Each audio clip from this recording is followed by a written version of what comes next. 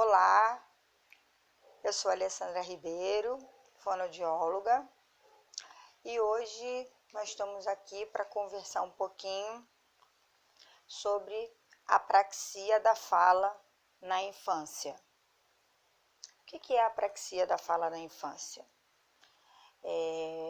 A apraxia, ela é a inabilidade que essa criança apresenta no planejar, no programar e no executar o momento da fala. O que isso quer dizer? Quer dizer que a apraxia, ela acontece daqui para cá. É um comando do cérebro para o planejamento da fala, para a organização da fala. Então, a criança que tem um diagnóstico de apraxia de fala, ela tem um comprometimento neurológico, tá? A apraxia de fala, o que acontece? Ela acontece a cada 68 crianças, uma vai ter apraxia de fala. Muitas vezes os pais se confundem porque ficam apavorados pensando que meu filho tem autismo, o que não é nada demais, porque é o que eu digo, você tem que saber o que a criança realmente tem, procurar saber, sentir o que tem alguma coisa diferente, procura saber e vamos tratar. Não vamos tampar o sol com a peneira, ok? Então, o que acontece? O que acontece na criança com apraxia de fala? A questão dela não é na comunicação receptiva, e sim na comunicação expressiva. Você dá um comando a ela entende o comando que você deu a ela, muitas vezes ela consegue cumprir a ordem simples que você deu a ela, só que ela não consegue fazer isso oralmente. Embora ela fique tentando, buscando essa organização, esse planejamento, essa programação, ela fica tentando organizar e ela vai repetindo e repete errado e tenta de novo e fica sempre repetindo errado, mas ela fica tentando. Eu digo isso porque o que acontece? Muitas vezes eu ouço os pais falarem assim para mim em consultório: mas eu percebo que ela quer falar e ela não consegue, porque ela fica com esse sentimento. Então, você percebeu isso no seu filho? Ou a professora percebeu isso na escola? Chega para o pai e para a mãe, conversa, diz que você percebeu isso. E o pai vai procurar um especialista. Procure um fonoaudiólogo, procure um especialista para ele inicialmente te dar um norte, tá? Ele vai te dizer o que pode ser ou não, já que nós não podemos fechar um diagnóstico de uma patologia sozinho. Então, ela vai te indicar um neurologista, você vai levar a sua criança até o neurologista vai fazer os testes que ele precisa fazer para fechar o diagnóstico. Assim, é muito difícil fechar no primeiro, tanto para o neurologista quanto para nós, fonoaudiólogos, porque assim, as avaliações nunca são feitas em um dia só. Você sempre, a cada sessão que a criança vai vindo, ela vai te trazendo e vai te mostrando mais coisa.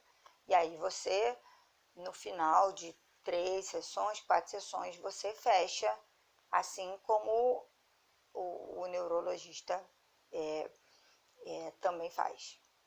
Então, o que acontece? A apraxia de fala, eu tô aqui com a minha colinha, vocês sabem, por isso que às vezes eu olho para baixo. O que acontece? Essa criança que tem apraxia de fala, ela vai ser uma criança que a apraxia, ela acontece no corpo todo, em alguns casos. Quando a apraxia de fala é uma apraxia assim, bem severa. Ela acontece em alguns casos que a criança vai ter dificuldade de organizar o movimento, tanto fino, da motricidade fina, quanto o movimento grosso, o de levantar uma perna, o de chutar uma bola. Ela vai ter que organizar em qual momento, em qual perna, em qual pé, o de subir numa escada. Ela é tudo comando cerebral que vai ter que, o cérebro vai ter que mandar aquele comando ali. Então, assim, o que entrou no neuro, foi na fono, fechou, vamos começar a trabalhar. O que acontece? A apraxia de fala é uma coisa que aparece com as crianças bem pequenas.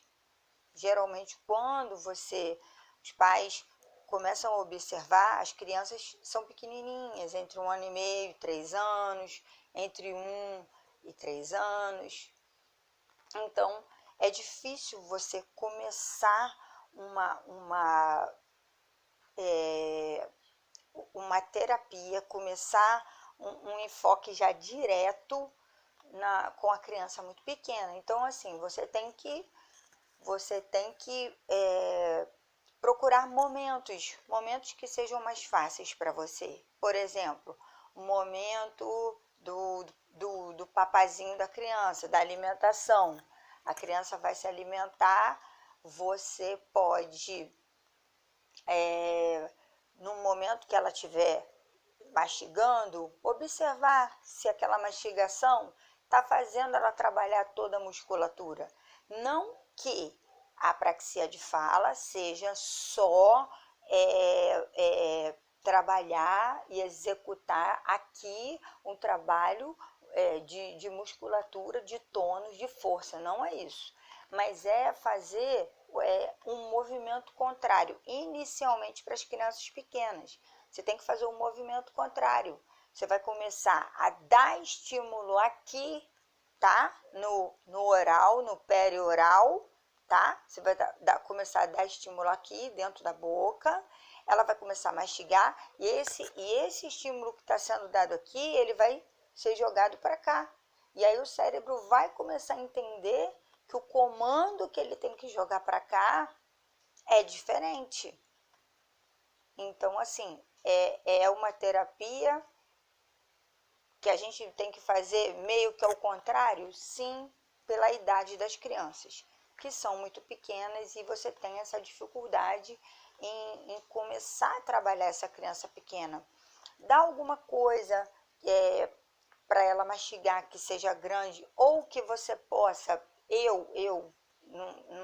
na minha vida de consultório, o que eu faço?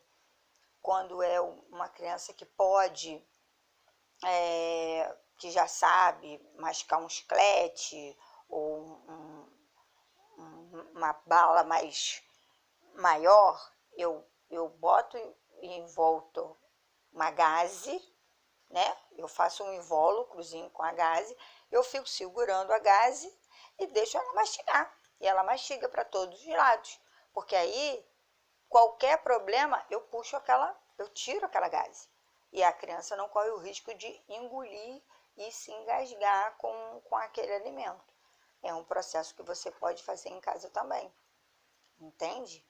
Mas assim, eu estava muito ansiosa em fazer esse vídeo de apraxia da fala, porque é uma questão que as mães ficam muito preocupadas e é uma questão que se confunde muito com autismo.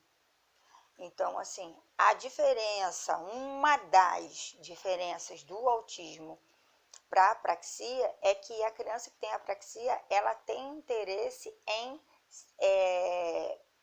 de interação, ela quer interagir com você, embora ela não consiga planejar o movimento, mas ela quer interagir, né? E a criança, e já no autismo não, ele não sente Ele não sente esse interesse de interação. Esse é um dos diferenciais, né, entre o autismo e a apraxia. Ok? Então, assim, hoje a gente vai ficar por aqui. Foi só apraxia de fala é uma... dá vídeos e vídeos e vídeos. Mas, assim, é uma pincelada para que vocês não percam tempo. Não percam tempo mesmo. Tá ok? Então é isso. Olha, vou ficando por aqui hoje. Um beijo para vocês. Fiquem com Deus. Tchau.